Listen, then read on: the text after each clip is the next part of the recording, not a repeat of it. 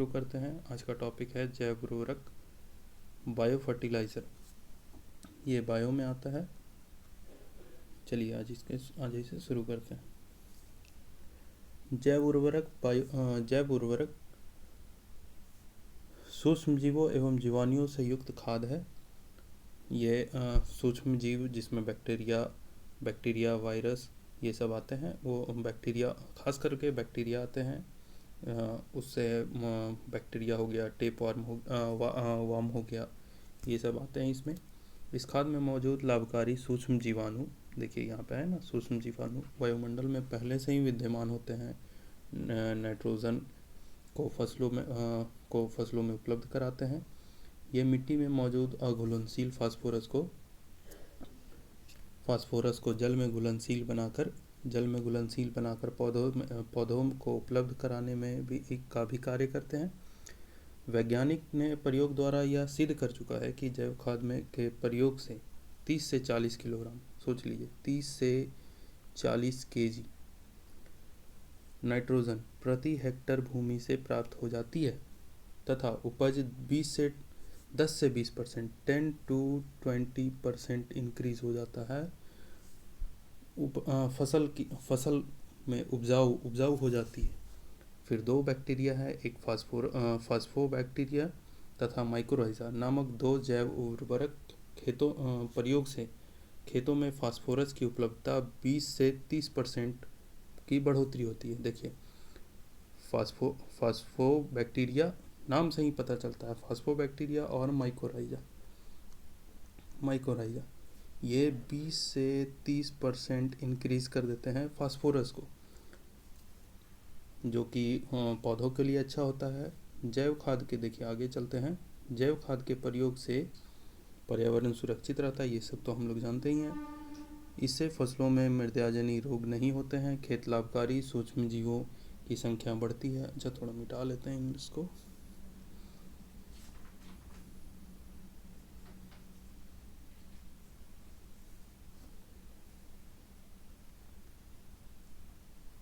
बढ़ती है। अध्ययन की सुविधा हेतु जैव उर्वरकों को वृहद रूप से 4 भागों में बांटा जा सकता है। देखिए कौन कौन से 4 भाग हैं। एक भाग हो गया नाइट्रोजन स्थिरीकरण करने वाले जैव उर्वरक, जैसे राइजोबियम, राइजोबैक्टर, एसोबैक्टर, एस्टोबैक्टर। ये बहुत इम्पोर्टेंट है। हाँ, हर बार एग्ज़ाम में अभी बीपीएससी में भी आया था और भी आएंगे। देखिए, और फिर हो गया नील हरित शैवाल, एजोला, नील हरित शैवाल, फिर दूसरा है फास्फोरस में घुलने वाले जैव उर्वरक, बैसिलस। और फिर आ गया कंपोस्टिंग एक्सेलरेटर, ट्राइकोडर्मा और ह्यूमिकोला। फिर चौथा है पौधे की वृद्धि को प्रोत्साहित करने वाला राइजोबैक्टर, स्नायोमोनस प्रजाति का है। इसके आगे चलते हैं। ग्रीन ब्लू शैवाल साइनोबैक्टीरियम के फाइलम में इसे रखा गया है। ये एजोला का सहचारी है। और इसके साथ में मिलने से अच्छी उर्वरकता प्राप्त होती है। ग्रीन ब्लू शैवाल और एजोला दोनों सहचारी है। एजोला को देखिए यहाँ भी दिया हुआ है, आगे बताते हैं एजोला के बारे में। नील हरित शैवाल, देखिए आगे, नील हरित शैवाल एक सूक्ष्म प्रोकैरियोटिक शैवाल है, जबकि एजोला एक जलीय फर्म है जिसकी पत्तियां का पृष्ठीय सतह पर पाई जाने वाली गुहिकाओं में रहने वाले जीवाणु एनीबिना एजोली, देखिए एनीबिना एजोली की मदद से नाइट्रोजन के स्थिरीकरण में उपज क्षमता में वृद्धि की जाने में सहायता होती है। जीवाणु, कौन सा जीवाणु पाया जाता है? देखिए एजोला के पृष्ठीय पत्तों पे पाया जाता है, एजोला के पत्तियों पे पाया जाता है नाइट्रोजन स्थिरीकरण के लिए जीवाणु एनाबीना जोली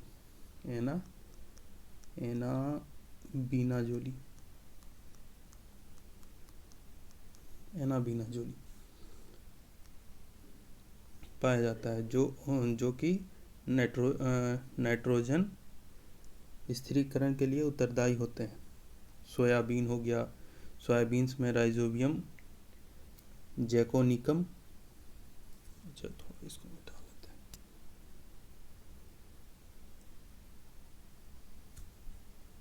होता है तीन पतिया घास में कोवर, तीन पतिया घास को कोवर, इसमें राइजोबियम ट्राइकोकिल होता है। फिर आगे चलते हैं, देखिए दुधारू पशुओं पर किए जाने वाले प्रयोग से, दुधारू पशुओं पर प्रयोग किए जाने से ज्ञात हुआ है कि जब इन पशुओं को दैनिक आहार के साथ 15 से 20 किलोग्राम एजोला प्रतिदिन दिया जाता है, ये 15 से 20 नहीं है, गलत है, 1.5 से 2 केजी, 1.5 से 2 किलोग्राम एजोला प्रतिदिन दिया जाता है, तो दूध के उत्पादन में 15 से 20% की वृद्धि दर्ज की जाती है। सोच लीजिए 15 से 20% की वृद्धि हो जाती है 1.5 से 2 किलोग्राम एजोला देने के बाद। मतलब जो गाय या भैंस 1 केजी दूध कर रहा था, वो 1.5 से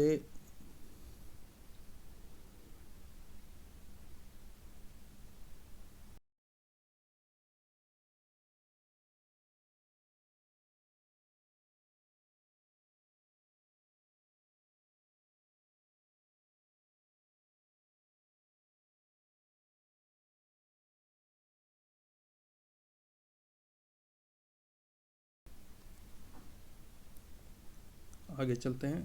ये हमारा आज का टॉपिक ख़त्म हुआ। अब इससे रिलेटेड कुछ क्वेश्चन कर लेते हैं। पहला क्वेश्चन है, ये सब देखिए पूछा हुआ क्वेश्चन आप लोग को बताएंगे हम, पूछा हुआ क्वेश्चन है। चलिए पहला क्वेश्चन में चलते हैं। निम्नलिखित में से किनका उपयोग जैव उर्वरकता के रूप में किया जाता है? एजोला, नीलहरित शैवाल, अल्फला। चलिए चुनिए, इसका आंसर चुनिए, ये तीनों ऑप्शन में से चुनिए। देखिए एजोला को तो हम लोग पढ़ चुके हैं, 1 नंबर ऑप्शन में जो एजोला है, एजोला को जानवर को दिया जाता है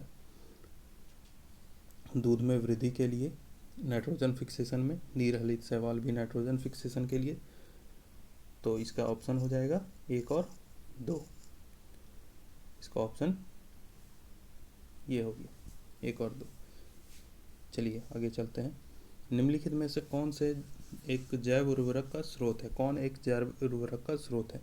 ईस्ट, कोलेरा, एजोला, मोल्ड। देखिए एजोला यहाँ पे तो ऑप्शन के हिसाब से एजोला होगा। ईस्ट एक फंगस है, ईस्ट एक फंगस है जो कि डबल रोटी में यूज़ होता है। इसका आंसर हो जाएगा सी, एजोला। फिर तीसरा क्वेश्चन में चलते हैं हम लोग। पशुओं विशेषता, यहाँ पे क्वेश्चन गलत है, यहाँ पे क्वेश्चन है पशुओं विशेषता, दुधारू पशुओं में विशेषता कौन सा जैव उर्वरक दिया जाता है? पशुओं को दिया जाने वाला जैव उर्वरक एजोला है, जिससे कि 10 से 15% दूध में बढ़ोतरी हो जाती है। आगे चलते हैं। निम्नलिखित में कौन सा जैव उर्वरक है? बताइए इसमें कौन सा जैव उर्वरक होगा? हम लोग का पढ़ा हुआ एजोला होगा, एजोला। फिर निम्नलिखित किस फसल में नीलहरित शैवाल मुख्यतः जैव उर्वरक के रूप में प्रयोग होता है? बताइए किसमें जैव उर्वरक के रूप में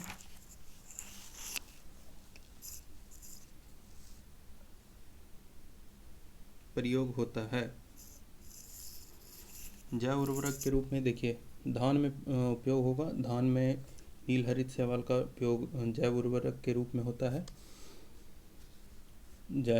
जैसे कि धान में राइजोबियम होता है, ये तो आप लोग पढ़े ही होंगे, जो कि नाइट्रोजन फिक्सेशन में काम आता है। फिर अगला सवाल, नीलहरित शैवाल का उपयोग नाइट्रोजन, यहाँ नाइट्रोजन का मतलब हुआ नाइट्रोजन आपूर्ति हेतु किया जाता है धान के खेतों में।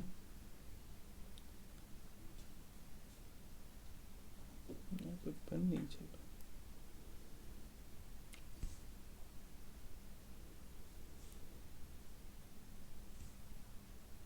धान के खेतों में। चलिए अगला सवाल चलते हैं। निम्नलिखित में से के साथ मिलाने से एजोला अच्छा उर्वरक होता है? किसके साथ मिलाने से एजोला अच्छा उर्वरक होता है?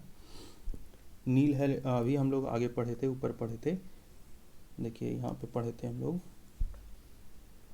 एजोला नील हरित शैवाल, ब्लू ग्रीन एल्गे और एजोला एक सहचारी है, तो उनको मिलाने से एक अच्छा उर्वरक प्राप्त होता है। चलिए अगला क्वेश्चन में चलते हैं। अगला क्वेश्चन है, एजोला बहुआ जैव उर्वरक के रूप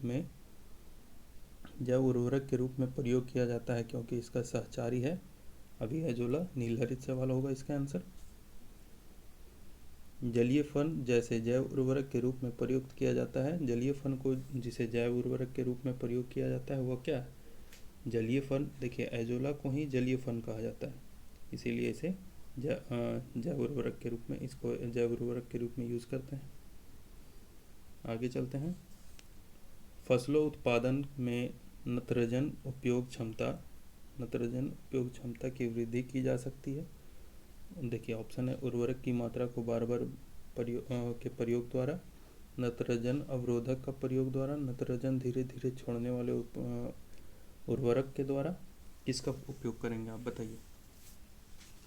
सभी का हम लोग कर सकते हैं। उर्वरक की मात्रा बार बार प्रयोग करके हम फसलों में नाइट्रोजन दे सकते हैं। नाइट्रोजन का अवरोधक का उपयोग करके, जो अवरोध उत्पन्न नहीं करता हो उसको यूज़ करके, और नाइट्रोजन धीरे धीरे छोड़ने वालों को उपयोग करेंगे, तब तो धीरे धीरे पेड़ की वृद्धि होगी अच्छे से। एजोला क्या है? फिर आते हैं आगे क्वेश्चन, एजोला क्या है? तो अभी आगे की क्वेश्चन पढ़े हम लोग। एजोला एक जलीय फर्न है। एजोला एक जलीय फर्न है। चलिए आज का जैव उर्वरक का क्लास आज खत्म होता है। Thank you.